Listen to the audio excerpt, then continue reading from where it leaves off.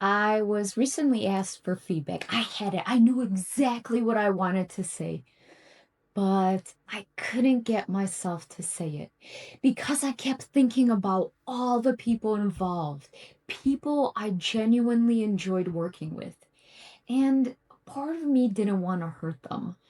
So I started questioning myself instead. Maybe I am not doing the work. Maybe I am missing something. Maybe this is on me. And I sat with that for a while until I realized something. My fear of hurting other people had completely overshadowed my own voice, my own needs, my own truth. That is not advocacy for them. That is an abandonment of myself and my voice. Dear overcommitted woman, this one's for you. Tell me if this sounds familiar. Someone asks you for your opinion, your honest opinion, and you have it. You know exactly what you think. But before the words come out, you start editing yourself. Will this hurt them? Will they think differently of me? Am I being too harsh?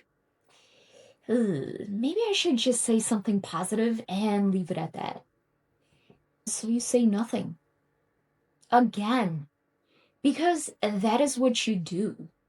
We manage everyone else's feelings before we consider our own.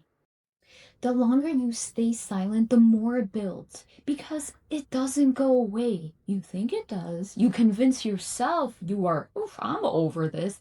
You move on with your day, but it sits there quietly in the back of your mind. And every single time you see that person, every time you are in that situation, it slowly makes its way back up. And honestly, over time, the resentment builds, not at them, at yourself for not speaking up when you had the chance. This does not protect anyone. It just delays the conversation and makes it even more difficult moving forward. It is okay to speak up, even if it makes you uncomfortable. Because when you do, you are choosing yourself. And that is not something you do enough of. Because as an overcommitted woman, you have spent so long carrying everyone else's baggage that you forgot to pick up your own. This series is about you listening to yourself, empowering yourself the way you would empower anybody in your life. Because you are the most important person in your life. Here's what I want you to understand about feedback. It is not about the other person. It is about you. And I know that it sounds counterintuitive because feedback involves other people. I know.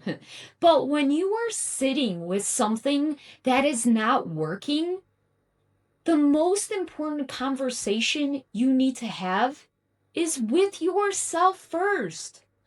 Not, oh my goodness, how will they react? Not, what will they think of me? Just one question. Is this helping me get to the next level? Yes or no? That's it. And I want to be clear about something. Taking the people out of the equation, that does not mean you don't care about them. It means you care enough about yourself to be honest. Because here's what happens when you stay silent to protect someone else. You are actually not protecting them. You are protecting yourself from the discomfort of the conversation. And they lose the opportunity to grow, to hear something that genuinely could help them. Honest feedback, given with kindness, is one of the most respectful things you can offer another person. And honestly, it starts with respecting yourself enough to say it. The hard part is not the feedback. The hard part is trusting yourself enough to give it. So please, stop right now. Is there feedback you have been sitting on? Something maybe you've been holding back because you are worried about hurting someone? Take a breath and ask yourself, whose feelings am I protecting right now? Theirs or mine? This week, I want you to practice what I call the honest pass. Before you give feedback, ask yourself 3 things. Number 1, is this true?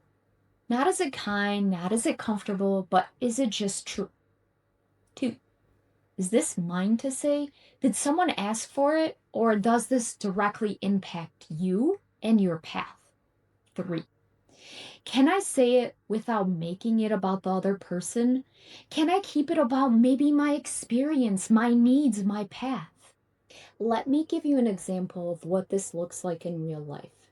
Say a colleague asks for your opinion on a project that they're working on. And honestly, you think it needs some work.